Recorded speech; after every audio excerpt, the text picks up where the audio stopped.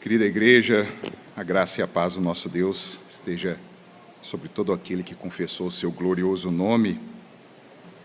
E é uma alegria podermos estar aqui. Estava orando durante toda a introdução desse culto, agradecendo a Deus pela liberdade, pela sua providência em termos acesso à palavra dele, especialmente hoje, que é um dia especial. E ele nos ordena honrar esse dia e abraçar esse dia como esse símbolo de que ainda resta um descanso para o povo dele e que esse descanso virá com Jesus e os seus anjos em glória nos altos céus. Vamos abrir a Escritura lá em Êxodo 3, na continuidade. Comentei com a Mirka vindo para cá que Deus é tão providencial que no culto, na parte da manhã, que era às 8 e às 10, nós paramos exatamente em Êxodo 3, de 1 a 15. Todos esses dois grupos, vamos assim dizer, né? E aqui agora a gente continua juntos, na parte da manhã, de 3:16 até 4:17. Lembrando que de 3:1 até 4:17 é a mesma cena. É o encontro, o verdadeiro encontro com Deus, como nós vimos na última oportunidade que tivemos. Eu farei a leitura, peço que a igreja, assentada mesmo, de forma reverente, possa acompanhar o restante deste episódio. E assim diz a palavra de Deus: vai, ajunta os anciãos de Israel e dize-lhes: o Senhor, o Deus de vossos pais, o Deus de Abraão, o Deus de Isaque, o Deus de Jacó, me apareceu dizendo: em verdade vos tenho visitado e visto o que vos tem feito ou sido feito no Egito. Portanto, disse eu: far-vos-ei subir da aflição do Egito para a terra do Cananeu, do Eteu, do Amorreu, do Ferezeu, do Eveu e do Jebuseu, para uma terra que mana leite e mel. E ouvirão a tua voz, e dirás com os anciãos de Israel ao rei do Egito, e lhes dirás: o Senhor, o Deus dos hebreus, nos encontrou. Agora, pois, deixa-nos ir caminho de 3 dias para o deserto, a fim de que sacrifiquemos ao Senhor nosso Deus. Eu sei, porém, que o rei do Egito não vos deixará ir, se não for obrigado por mão forte. Portanto, estenderei a mão e ferirei o Egito com todos os meus prodígios que farei no meio dele. Depois vos deixará ir.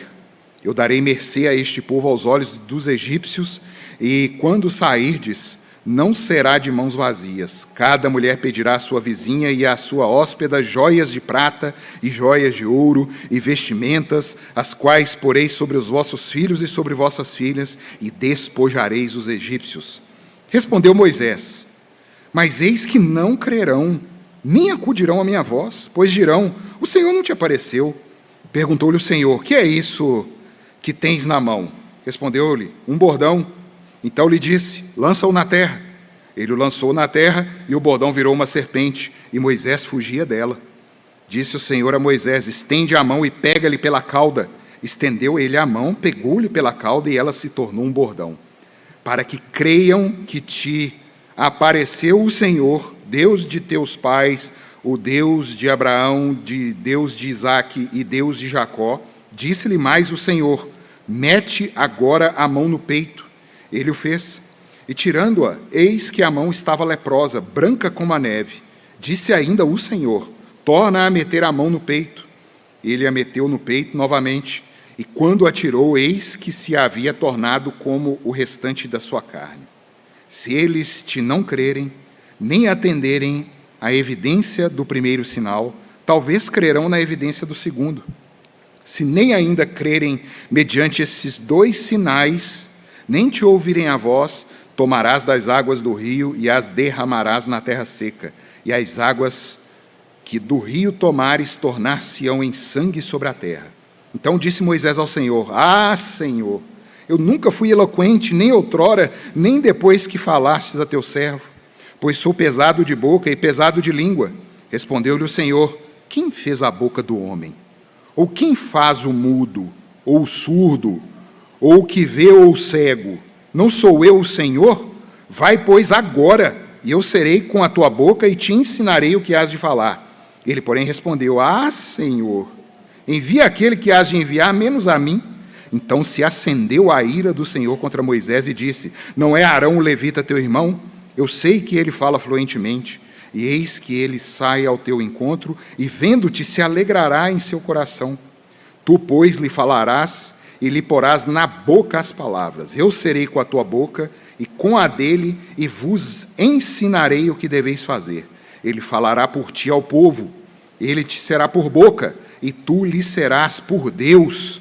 Toma, pois, este bordão na mão, com o qual hás de fazer os sinais. Amém.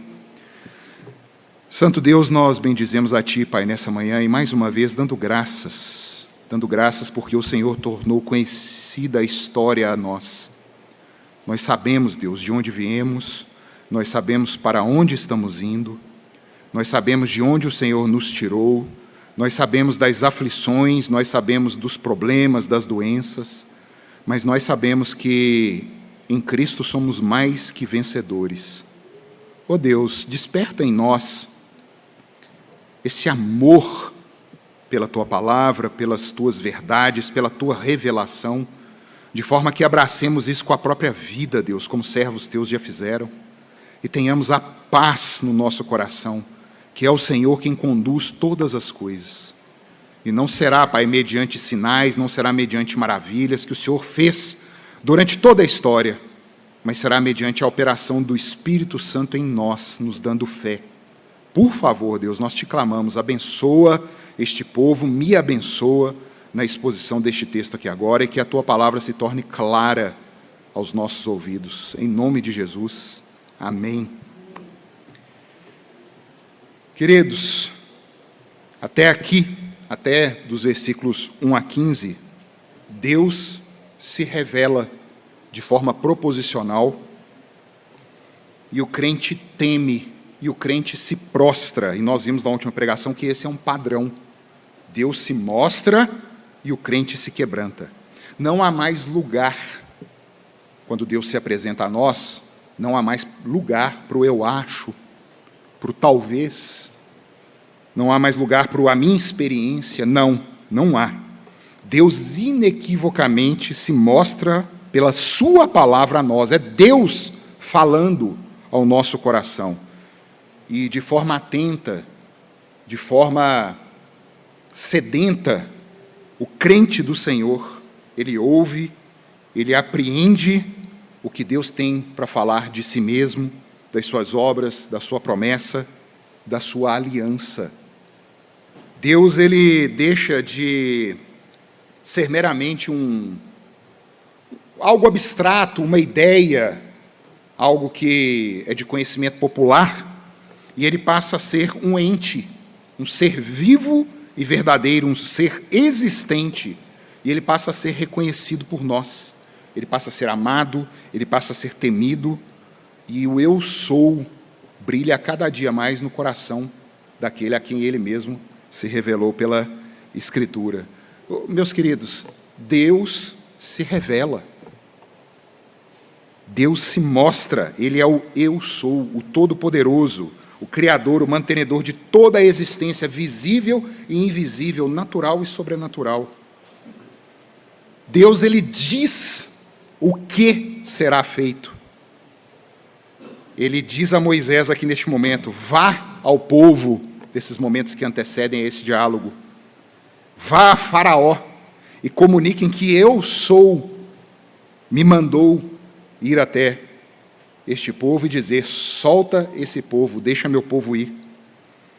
E Deus deixa claro o motivo, o porquê, porque ele fez uma aliança. A base do relacionamento de Deus conosco é a palavra dele, é o próprio sangue que ele derramou, é a garantia.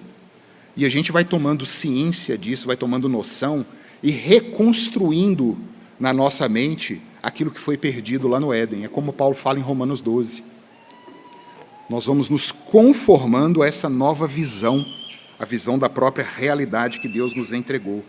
Deus libertará os que são dele. Existe uma aliança aí.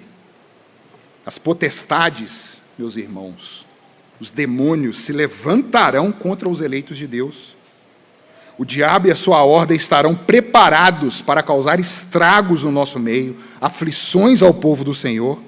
mas a nossa confiança não repousa na força dos nossos braços, não repousa nos nossos feitos. Nós não podemos fazer como Moisés tem demonstrado aqui na leitura desse diálogo agora, que olha para si mesmo e diz: quem sou eu que vá a Faraó e tire do Egito os filhos de Israel? Ontem nós comentamos aqui na nossa reunião essa postura egocêntrica, né? O ponto de referência sempre somos nós. Nós temos o nosso ponto de referência como o próprio ego, e daí nós nos relacionamos com o que está à nossa volta. Mas aqui nós vemos Deus falando com Moisés, que tem essa postura egocentrista, e Deus fala: Moisés, não é pela sua força. Certamente serei contigo. Está lá no versículo 12 do capítulo 3. E a maior prova que aquelas palavras perduram por toda a história é o grandioso sinal que Deus diz a Moisés que ele presenciaria e que nós presenciamos aqui hoje. Servireis a Deus. Está lá no versículo 12 também. A igreja reunida aqui, o povo de Deus, aquele que se converteu e se reúne no dia santo de Deus, é o sinal que aquela promessa perdura até hoje durante a história. E após todos esses acontecimentos, né, após Deus se revelar e explicar o porquê, após explicar o que seria feito e quem faria, vemos nesse diálogo que continua aqui até o versículo 17 do capítulo 4, Deus orientando em como ele faria para cumprir a promessa. E Moisés, o libertador daquela gente, a todo custo, se esquivando da sua missão. Deus diz quem é, Deus mostra o que fará, Deus explica por que vai fazer, e agora ele mostra como vai ser operado esse grandioso milagre da saída do Egito. E aqui eu proponho aos irmãos para meditarmos nessa frase hoje. Deus se mostra com poder e sinais na vida do crente, e mesmo assim duvidamos de sua promessa, mas essa promessa será plenamente cumprida. Deus, ele se mostra com poder e sinais na nossa vida. E mesmo assim nós continuamos duvidando, irmãos. Duvidando da sua promessa, mas essa promessa será plenamente cumprida. E aqui nesse primeiro momento, dos versículos 16 a 22, que acabaram de ser lidos, nós vemos Deus explicando e dizendo como serão os eventos que irão ocorrer. Deus conta a Moisés: olha, vai acontecer isso, isso e isso. Deus fala dos problemas, das aflições que serão enfrentadas e o resultado glorioso depois de toda aquela aflição, depois de toda aquela provação. O texto começa assim: vai, ajunta os anciãos de Israel. Irmãos, olha que maravilha. A igreja militante, a igreja visível, que estava pulverizada até então, ela começa a ser constituída em um povo, os israelitas. Deus designa uma nação para ali mostrar que a promessa dele continua por toda a história. E Deus começa fazendo o quê? Estruturando uma liderança. É incrível essa estrutura. O povo carece de uma liderança e Deus ordena a Moisés: escolha entre vocês um conselho dos mais experientes, os cabeças das casas, e esses deverão ser convocados e deverão ser lembrados da aliança eterna de Deus, e que eles eram o povo escolhido, e que aquele grito do peso do jugo do Egito, que nós vimos na pregação passada, é o pecado sobre nós. Esse grito que estava sobre eles, desse jugo, havia sido ouvido pelo próprio Deus. Deus constitui a sua liderança. Deus os estava visitando anteriormente, irmãos. Nós vemos aqui Deus falando, nesses 430 anos que se passaram, eu já estava visitando o meu povo. Secretamente Deus estava caminhando no meio deles e observando. Deus está no controle. Ele não perde o controle em momento algum da história. E aquele era o momento chave tão esperado. Os puritanos, eles defenderam uma doutrina tão reconfortante, chamada doutrina da graça preparatória. Cuidado, não é graça preveniente. Muito cuidado com esses termos teológicos para não se confundirem. Os puritanos defendiam que Deus vai controlando os eventos do mundo de tal forma a usar desses meios, de tudo que acontece no mundo, para guiar cada um dos seus eleitos, do seu povo, ao grandioso dia do encontro. Esse encontro que ele teve, por exemplo, com Moisés, que saiu da corte do Egito e foi colocado ao lado de um poço no deserto. Essa graça preparatória, o Espírito Santo já vai acompanhando tudo e conduzindo todos os eventos ali, usando do nosso próprio pecado, muitas vezes, para nos levar ao encontro com o Senhor, aquele momento em que Ele se revela a nós, as pessoas que nos cercam, aqueles crentes chatos que às vezes chegavam até nós, aceita Jesus, Jesus é Salvador, e na nossa impiedade, antes da nossa conversão, a gente fala assim, mas que nego chato é esse, gente? Que conversa fiada é essa? E ele vem nos cercando, ele vai nos conduzindo, vai afunilando até o momento em que a gente não aguenta mais. E o Espírito Santo entrega a ferramenta, a última coisa que nos faltava e a ferramenta principal, que é o novo coração. O coração para crer em tudo aquilo que foi anunciado até então. O Senhor garante a Moisés que irão ouvir a tua voz. É a palavra dele no texto que nós lemos aqui. Deus garante a Moisés que o próprio Deus daria ouvidos àquele povo. Percebam, queridos, não há conflito entre a soberania de Deus e a responsabilidade humana. A responsabilidade humana é o meio que Deus usa para trabalhar toda a história. Deus ordenou que venceríamos usando o seu poder em nós. Então não há dicotomia, não há contrariedade entre as operações soberanas conduzidas na história por Deus e a nossa responsabilidade, que são utilizadas por esse Deus. E, queridos, sem esse poder operando sobre o crente, não haverá vitória. Qual que é a complicação de entendermos isso? O mundo não compreende, o mundo coloca obstáculos em compreender se existe um Deus bom, porque o mal existe. Mas não há obstáculos a esse entendimento. Uma colher de pedreiro, seja ela da marca que for, na mão de um pedreiro hábil, vai funcionar do mesmo jeito. Porque o poder não está na ferramenta, o poder está em quem a maneja. E assim é Deus conosco, o poder não está em nós. O poder está em Deus que maneja essa ferramenta aqui na terra, usando dela. E em meio, irmãos, a toda essa luta, medo, fúria de Faraó, Deus estenderia a sua mão sobre o Egito inteiro, mostrando sinais, prodígios, maravilhas como nunca antes visto. Deus levantou o Faraó justamente para isso, para mostrar nele, em Faraó, a sua glória. Está lá em Romanos 9, versículo 17, Paulo confirma isso para nós. Foi Deus quem constituiu o Faraó como príncipe daquele mundo naquela época, para que o seu próprio nome fosse conhecido, e assim depois o povo liberto pelo próprio Deus. Calvino, ele nos lembra aqui nesse trecho inicial, nos versículos 21 e 22, que ali há uma doutrina tão profunda do controle absoluto de Deus sobre todo o cosmo, a ponto do próprio Deus, Ele mesmo, mover, inclinar o coração daqueles que antes eram os algozes do seu povo, que estavam ali no Egito, e que agora estariam suprindo de riquezas o povo que estava saindo do meio deles.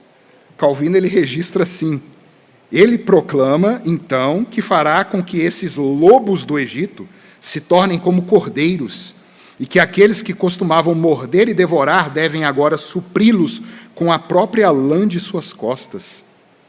Esta passagem contém rica e extensa doutrina, que sempre que os homens se enfurecem cruelmente contra nós, isso não acontece de forma contrária ao desígnio de Deus, porque Ele pode, em um momento, acalmá-los, e que Ele concede essa licença à crueldade deles, porque é conveniente assim para nos humilhar e nos castigar.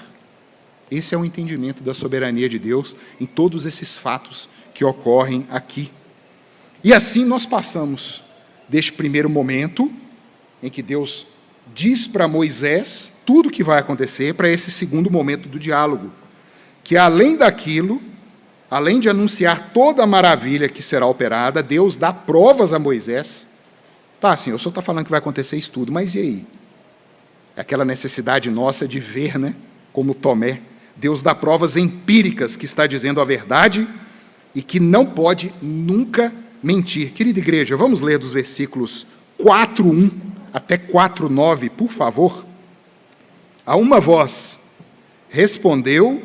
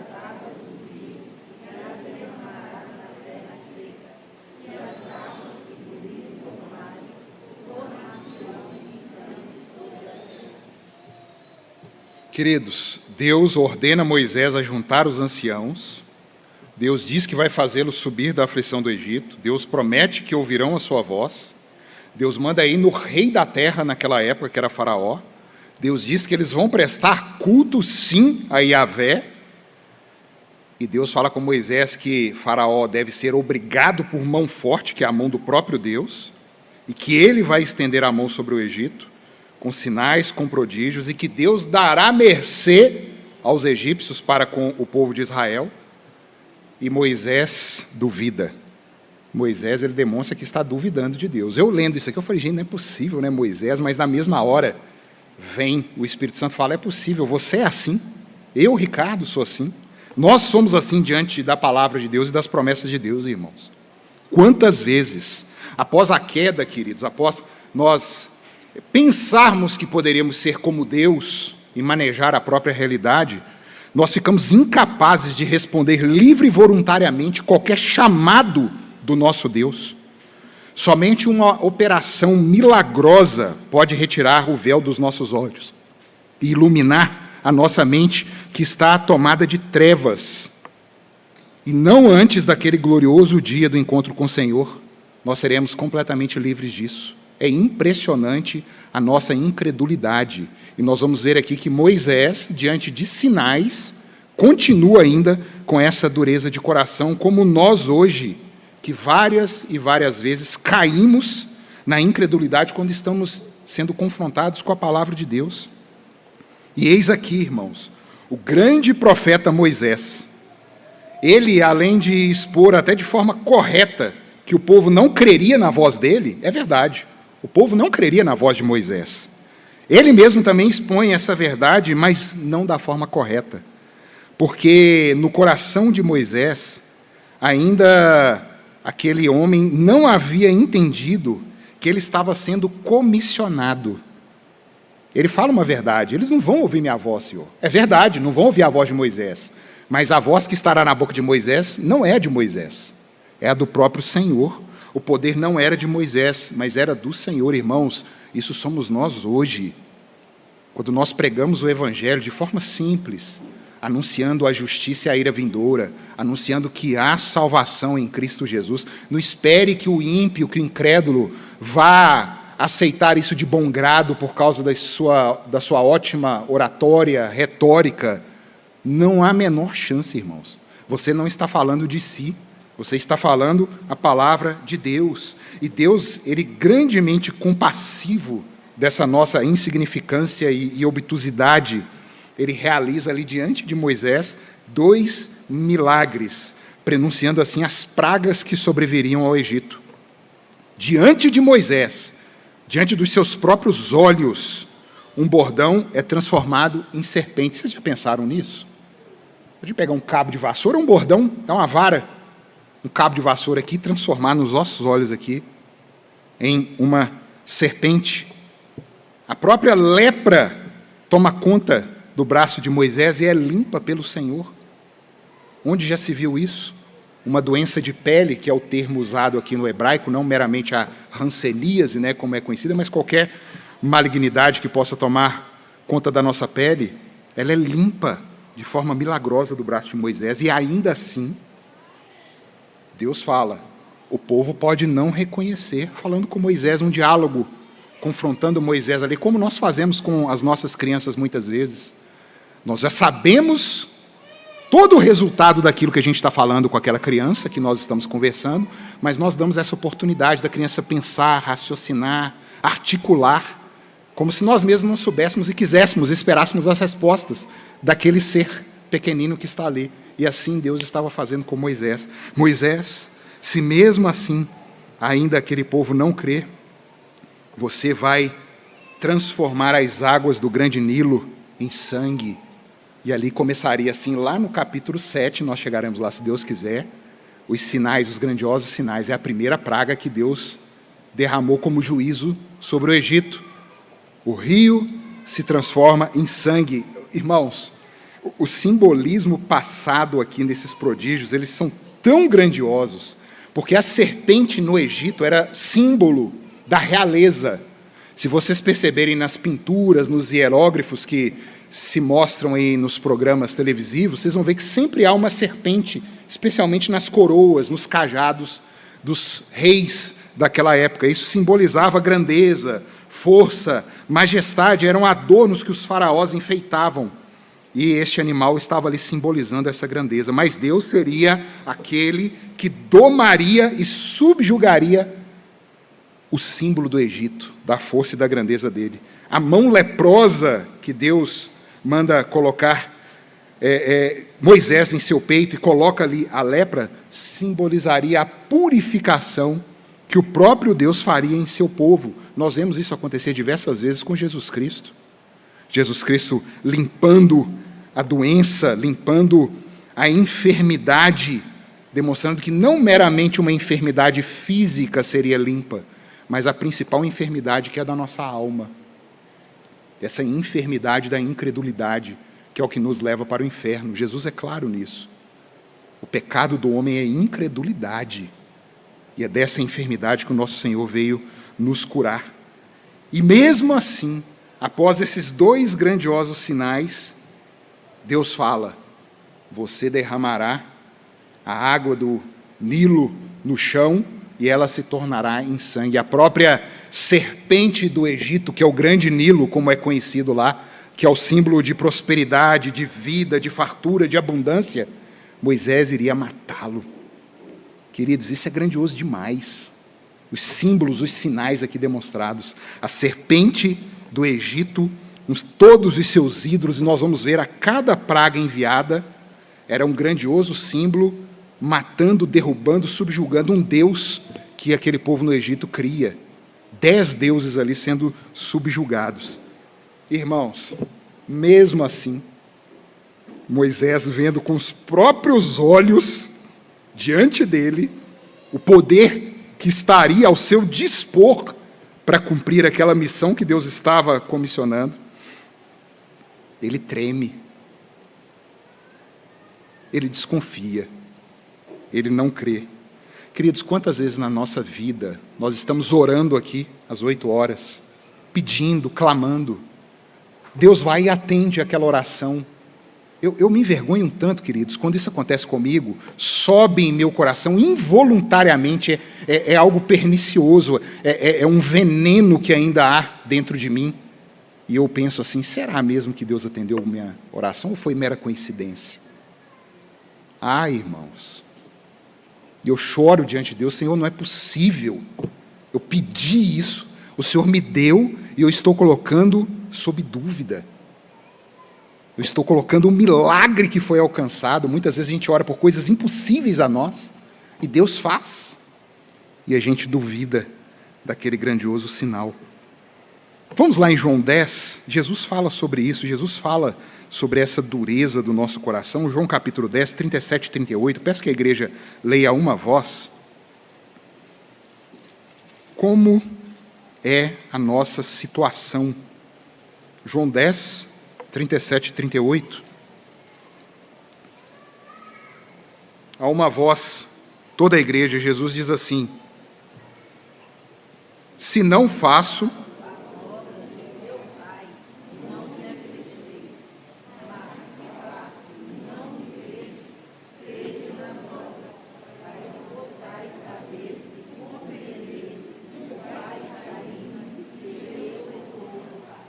Jesus apela àquele povo: vocês não estão vendo aquela declaração de Nicodemos, né?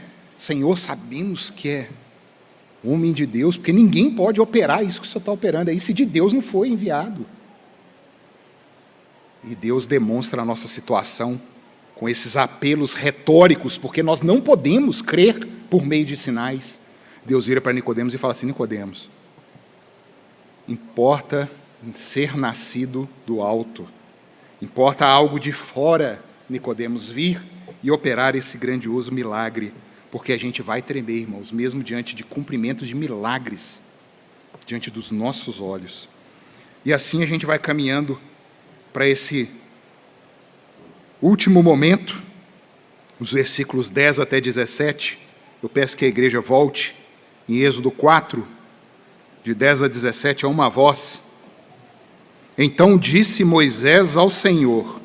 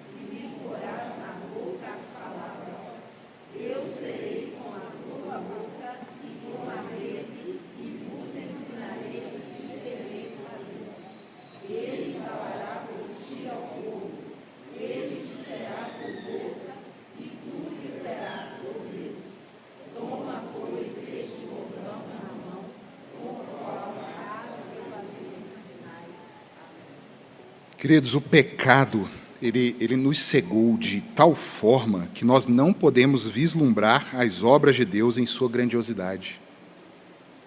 Nós vamos dar glória a outra coisa, a coincidência, a ciência, a pessoa que é hábil, é virtuosa em fazer algo. Nós sempre teremos essa desconfiança. Deus, ele acabara de trazer ao mundo natural o sobrenatural diante dos olhos de Moisés, e ele não havia enxergado o que havia acontecido ali. Se a gente vai em Lucas, no capítulo 6, dos versículos 6 a 11, a gente vê ali o registro da cura de um homem que tinha a mão ressequida. Você imagina um homem com a mão toda defeituosa, toda travada, e era dia de sábado, e Jesus chama aquele homem e cura. A mão do homem, diante dos olhos daqueles fariseus, é restaurada. Mas a cegueira é tão grande, é algo tão absurdo a nossa cegueira. O que os fariseus falam com Jesus? Você não pode fazer isso não, porque hoje é sábado.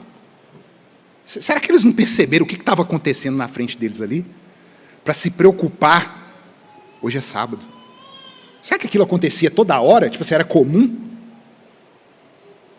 É algo terrível. E é exatamente o que acontece com Moisés aqui. Ele tem uma atitude farisaica.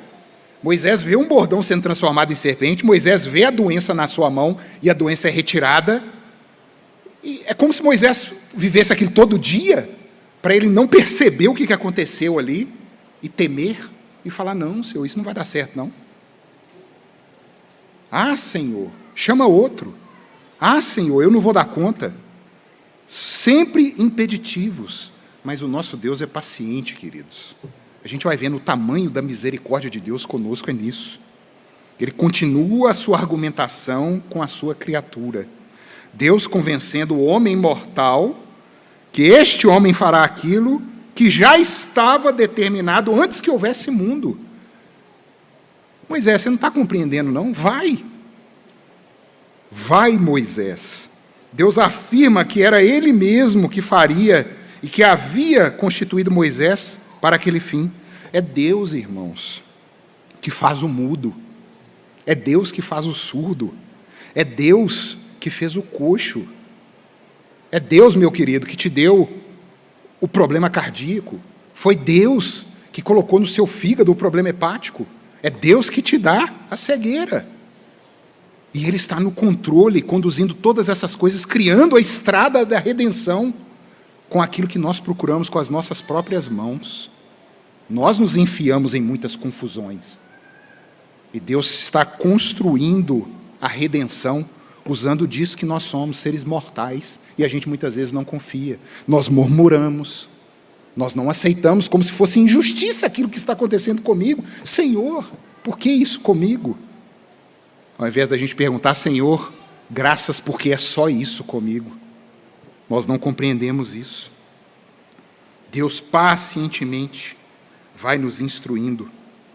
Esses seres pequenos, frágeis, caídos, seres em que Deus depositou aquilo que os anjos almejavam, a mensagem da redenção, a mensagem do Evangelho. E Moisés estava desprezando. Moisés, você vai dizer àquele povo que você vai libertar aquele povo, Moisés. Irmão, Deus está falando com você que a mensagem da libertação está na sua boca. Não é possível que ninguém aqui teve uma experiência dessa, de anunciar o Evangelho e ver a conversão fática de um ímpio, de um incrédulo, e ver o que Deus opera na vida daquela pessoa. Isso já aconteceu comigo. E eu sou mais indesculpável ainda, porque quantas vezes eu continuo duvidando do poder de Deus. Eu já vi isso acontecer, e eu continuo duvidando. Deus falará por ti ao povo. Deus será por boca tua, e vocês, irmãos, serão como Deus ao mundo, porque a mensagem não é de vocês. Vamos fazer algumas aplicações desse texto? Primeiramente, liderança. Deus vai constituir uma liderança sobre a tua igreja. A igreja é dele. Deus vai constituir essa liderança. Atos 14, 23 nos registra o seguinte: e provendo-lhes em cada igreja a eleição de presbíteros, depois de orar com jejuns, os encomendaram ao Senhor, em quem haviam crido. E episódios de eleição de liderança a gente vê salpicado por todo o livro de Atos dos Apóstolos. Porque Paulo já havia determinado não aportar em Éfeso, não querendo demorar-se na Ásia, porquanto se apressava com o intuito de passar o dia de Pentecostes em Jerusalém, caso lhe fosse possível. De Mileto, mandou a Éfeso chamar os presbíteros da igreja, Atos 20, 16 e 17. E assim Deus vai guiando o seu povo. Essa coisa de desigrejado, que eu posso viver um cristianismo diante de uma tela de celular, diante de uma tela de televisão, escutando pastores diversos, que ali não são pastores, são meramente pregadores. E por favor, irmãos, eu não estou dizendo que isso não tenha seu valor, mas sem a reunião do povo de Deus, sem uma liderança constituída, sem a estrutura da igreja que o próprio Cristo criou, não vai resolver, não vai adiantar. Não deem ouvidos a ensinos de demônios, irmãos. Isso é que Satanás tenta a todo custo destruir no presente século, a igreja do Senhor. Em segundo lugar, O poder de Deus está sobre essa igreja. Deus fala: serei contigo. Efésios 4, 7 a 8 diz: e a graça foi concedida a cada um de nós, segundo a proporção do dom de Cristo. Por isso diz: quando ele subiu às alturas, levou cativo o cativeiro e concedeu dons aos homens. Como eu vou viver um cristianismo se eu sou uma brasa fora do braseiro e eu não vou ter os dons que Deus distribuiu na igreja para operar em mim o milagre da conversão e continuar me conduzindo até aquele glorioso dia? Para isso existe a igreja. Deus comissionou a igreja esse poder. Irmãos, mais uma vez, nós estávamos aqui reunidos 8 horas orando. Eu comentei com a Mirka sentado ali. Falei, isso aqui é um filtro. Peguei o boletim e falei, isso aqui é um filtro. Pensando comigo mesmo. Porque o ímpio, aquele que está no nosso meio, que não é do Senhor, ele vai achar isso aqui um enfado. Nossa, todo domingo lê esse negócio. Mas o crente não. O crente, apesar de não conhecer todos os nomes que estão ali, ele vai clamar porque ele conhece o Senhor que conhece aqueles nomes. Ele sabe que o poder não está nele e que ele pode clamar. E de domingo a domingo, se Deus quiser, nós vamos continuar clamando por aqueles pedidos, lendo aqueles pedidos aqui. E eu sei de muitos irmãos que continuam esse mistério, esse trabalho, essa intercessão nas suas casas, dando valor a cada pedido que ali entrou. A igreja opera, irmãos, os milagres hoje. Deus criou essa igreja. Em terceiro lugar, Deus conta a nós, irmãos, o que há de acontecer e dá provas disso. No sermão escatológico, queridos, Mateus 24, Jesus diz sobre o fim dos dias. Jesus fala de uma apostasia, Jesus fala de uma operação do erro, Jesus fala de epidemias, de fomes, de guerras. Nós estamos estranhando o quê? Quando nós olhamos para o Covid hoje, nós estamos com medo de quê? Pedro, chamando a atenção da igreja, ele registra: amados, não estranheis a ardente prova que vem sobre vós para vos tentar, como se coisa estranha vos acontecesse. Aquele crente que descabela com qualquer coisa, fala, você está, por quê? Você não crê na Escritura? Não creio. Está lá, falou, estuda aí, ué. A gente se comporta como Moisés. Deus fala tudo que vai acontecer. E a gente não crê. Mas alegrai-vos no fato de serdes participantes das aflições de Cristo, para que também na revelação da sua glória vos regozijeis e alegreis.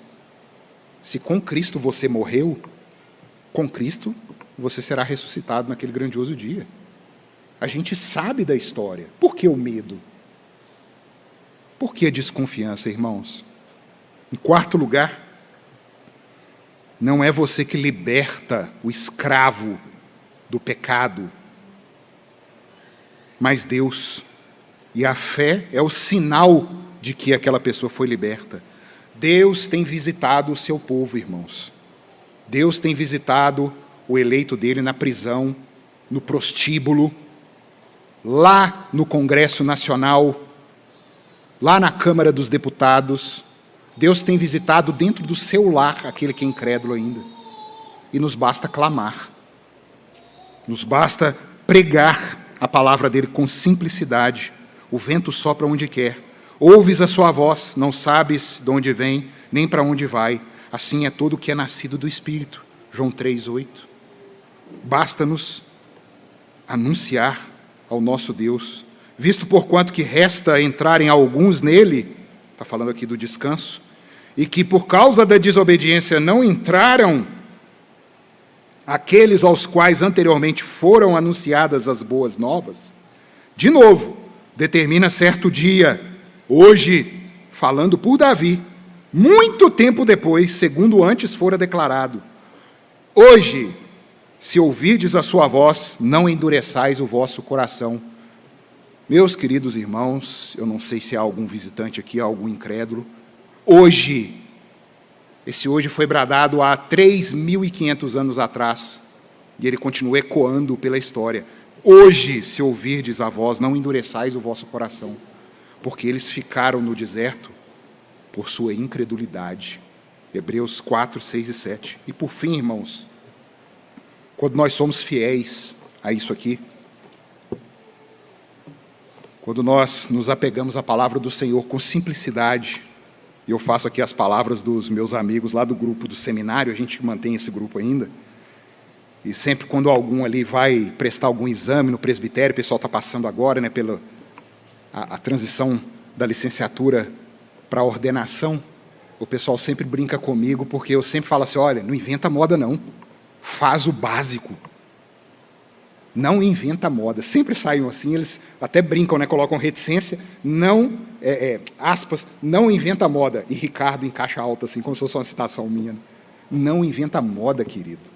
Quando você for ao incrédulo, quando você for lá e for fiel à mensagem de Deus, nós seremos o próprio Deus diante daquela pessoa. Se ela receber aquela mensagem, bênção, ela recebeu Deus. Se ela negar aquela mensagem, é maldição. Ela negou a Deus. Como, porém, invocarão aquele em quem não creram? E como crerão naquele de quem nada ouviram? E como ouvirão se não há quem pregue? Romanos 10, 14. Há uma tradução um pouco melhor desse versículo aqui. E como crerão naquele de quem nada ouviram? O grego, ele perde a força do que ele está querendo dizer aqui. A melhor tradução que eu já vi é: e como crerão naquele que eles não ouviram. Quando nós falamos com fidelidade, é o próprio Cristo que fala aos ouvidos daquele incrédulo que está recebendo a mensagem. E como crerão naquele que eles não ouviram? Seja a boca do Senhor, queridos, assim como Deus está ordenando Moisés aqui. E nos próximos episódios, nós vamos ver o regresso de Moisés e a contínua resistência dele em receber o comissionamento do Senhor. Vamos ficar de pé, queridos? Vamos orar? Vou pedir ao reverendo Dercy que possa orar por nós e já passaremos a nossa escola bíblica, orar por nós e impetrar a bênção, por favor.